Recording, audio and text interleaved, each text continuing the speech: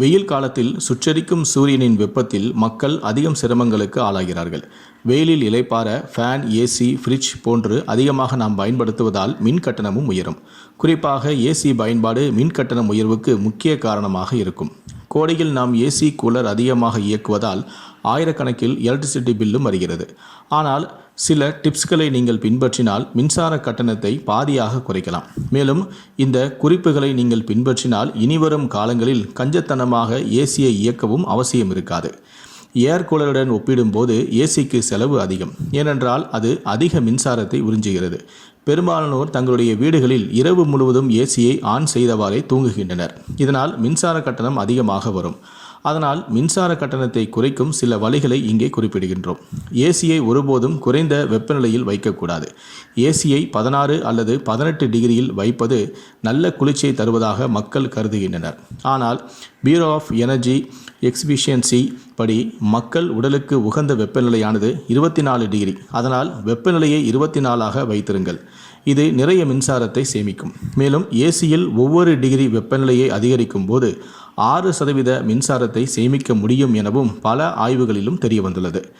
சம்மருக்கு முந்தைய குளிர்காலத்தில் நீங்கள் ஏசியை உபயோகிக்காமல் விட்டுவிட்டு பிறகு சர்வீஸ் செய்யாமலேயே பயன்படுத்தினால் அதனால் மின் கட்டணமும் அதிகமாக வரலாம்.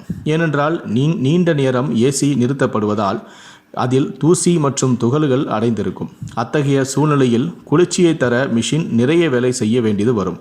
அதனால் மறக்காமல் சர்வீஸ் செய்யுங்கள். ஏசியை ஆன் செய்யும் முன்பு அந்த அறையின் கதவு மற்றும் ஜன்னலை கண்டிப்பாக மூட வேண்டும்.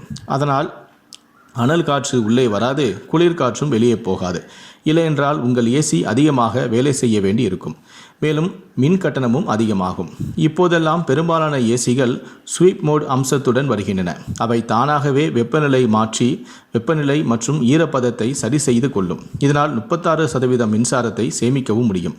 நீங்கள் ஏசியுடன் மின் விசிறியையும் பயன்படுத்தும் போது அது அறையின் ஒவ்வொரு மூலைக்கும் ஏசி காற்றை கொண்டு செல்லும். இதனால் அறை முழுவதும் குளிர்ச்சியாக இருக்கும். இதனுடன் ஏசியின் வெப்பநிலையும் குறைக்க வேண்டிய தேவையும் ஏற்படாமல் மின்சாரத்தையும் சேமிக்கலாம். தேவையற்ற நேரங்களில் கண்டிப்பாக ஏசியை ஆஃப் செய்ய வேண்டும். மெயின் சுவிட்சை அணைக்காமல் ரிமோட் மூலம் மட்டுமே ஆஃப் செய்யக்கூடாது.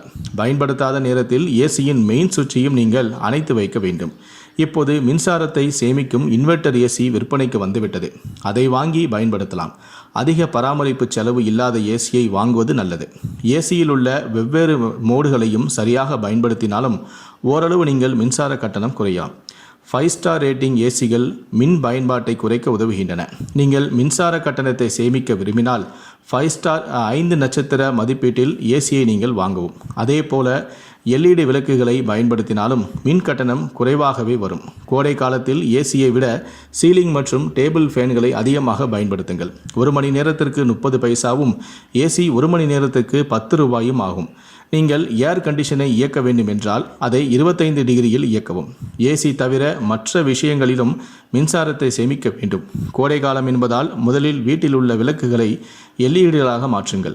அதே போல கோடை காலத்தில் ஹீட்டர் போட்டு சுடுதண்ணீரில் குளிக்காமல் பச்சை தண்ணீரில் குளிக்க வேண்டும். அதே போல கோடை காலத்தில் மின் கட்டணம் குறைவாக வர வேண்டும் என்றால் வாஷிங் மிஷின் பயன்பாட்டையும் கணிசமாக குறைக்க வேண்டும்.